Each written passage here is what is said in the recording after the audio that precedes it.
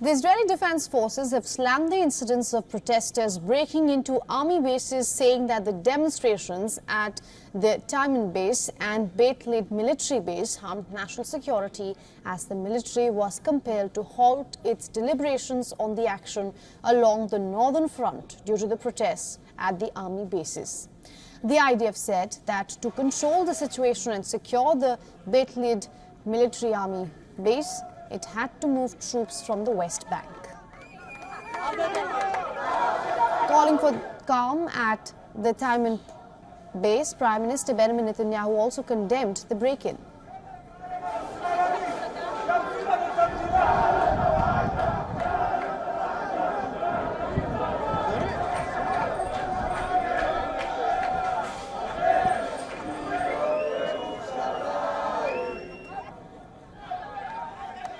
Meanwhile, Defense Minister Yoav Gallant said that the incident gravely harmed Israeli democracy and played into the hands of Israel's enemy at the time of war.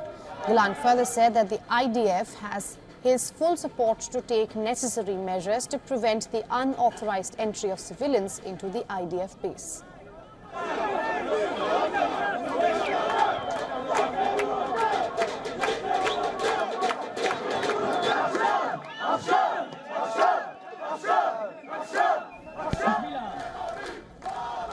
Israel witnessed hours of chaos on Monday after far-right protesters supported by ultra-nationalist politicians stormed into two military bases.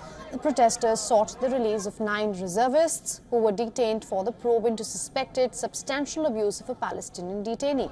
The reservists were serving at the Teiman detention facility. Disturbances began as soon as the news of the detention spread, and dozens of protesters, including far-right Knesset members, barged into the base.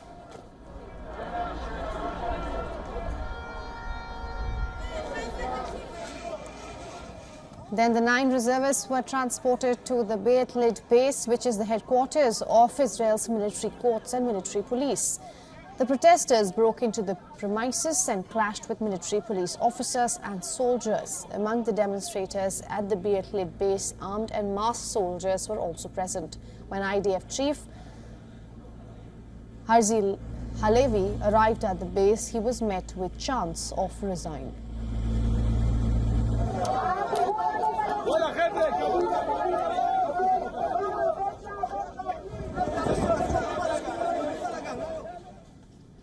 Now correspondent Jody Cohen explains what the response has been across Israel over these detentions and the subsequent protests. Right, so Israel's detained some of its own soldiers on suspicion of breaking the IDF code of conduct and assaulting a Palestinian detainee. Nationalist activists have protested in support of the soldiers, who they said were acting in self-defense. Among the protesters were a few members of the ultra-nationalist parties in the coalition, and some protesters have broken into a military base where the soldiers were being held. Now, the IDF chief, Herzi Halevi, has said that the protests harmed Israel's army, security and war effort. Prime Minister Netanyahu, Defense Minister Gallant and President Herzog all strongly criticised the rioting. In terms of the accusations against the soldiers, the IDF has said it's carrying out investigations into reports of mistreatment, which it says it's taking very seriously. Now, my colleague Jody also explains how these protests further relate to the delay in Israeli response to the attack on Golan Heights. Right, so the detention incident is reportedly one reason for a delay in Israel's response to Hezbollah. That's after the drone attack against Israel on a football pitch, which killed 12 children and injured dozens more, and despite the fact that there have been further barrages of rockets fired towards Israel on Monday. Now, according to reports, another reason for the delay could be the diplomatic efforts led by the United States to try to limit Israel's response, as happened, for example, with diplomatic efforts after Iran's direct attack on Israel in April. Now, US National Security Council spokesperson John Kirby has said that Israel has every right to respond to the deadly Hezbollah attack, but suggested that fears of an all-out war between Hezbollah and Israel, he believes, are exaggerated. Meanwhile, an anonymous Lebanese official has said that Hezbollah has started moving some of its smart precision-guided missiles to use if necessary.